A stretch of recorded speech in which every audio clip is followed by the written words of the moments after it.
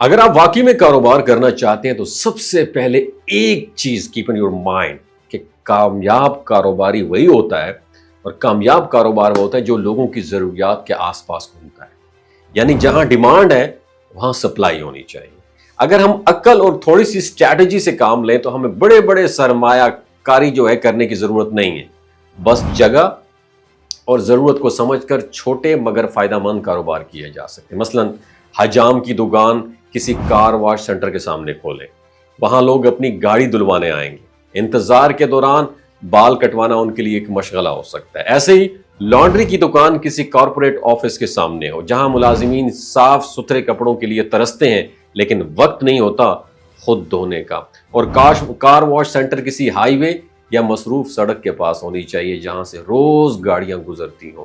اور shopping mall کے سامنے کھلونے کی دکان کھولنا بھی ایک بہترین آئیڈیا ہے. وہاں بچے آئیں گے، ان کے والدین خریداری میں مصروف ہوں گے اور کھلونے بچوں کو بھی خوش کریں گے اور آپ کی دکان بھی چلے گی ایزلی. اسی طرح ہاسپٹل کے سامنے انڈوں یا دودھ دہی کی دکان کھولیں کیونکہ مریضوں کو نیوٹریشن کی جو اشیاء ہوتی ہیں اس کی فوری ضرورت ہوتی ہے.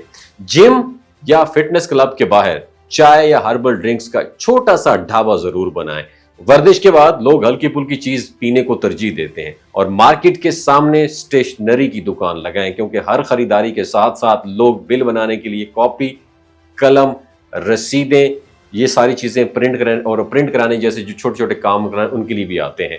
اور اسکول کے سامنے اگر ہوٹل یا چھوٹا سا جو ایک ٹفن سینٹر ہوتا ہے وہ آپ نے کھول لینا ہے تو اساتذہ، والدین اور بچے سبھی آپ کے کسٹمر بن سکتے ہیں. اور اسٹیشن کے سامنے اگر اسٹیٹ ایجنسی ہو تو وہاں ہر روز نیا رش ہوتا ہے. لوگ شہر میں نئے نئے آئے ہوتے ہیں، انہیں کرائے یا مکان یا زمین کی معلومات چاہیے ہوتی ہے. اسی طرح ٹاؤن شپ کے سامنے کہ مین گیٹ کے سامنے کوئی بھی بنیادی سہولت کا کاروبار جیسے کریانہ سٹور، میڈیکل شاپ یا فوڈ پوائنٹ بڑا فائدہ دے سکتا ہے. سب سے آخری بات بتاؤں، اگر آپ خود سے کچھ کرنا چاہتے ہیں تو ان لوگوں کے سامنے کاروبار کھولیں جو نوکریاں کر رہے ہیں. کیوں؟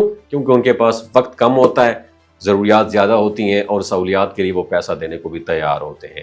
یاد رکھیں، نوکری کرنے والے افراد آپ کے سب سے جو مستقل گاہک بن سکتے ہیں. بس آپ کو ان کی روزمرہ ضروریت کو سمجھنے کی ضرورت ہے. تو اگلی بار اگر آپ سوچیں کہ کیا کاروبار کریں تو پہلے یہ دیکھیں کہ آپ کے سامنے کون کھڑا ہے، اس کی ضرورت کیا ہے، پھر ایک سولوشن تلاش کریں جو اسے آسانی سے مل جائے.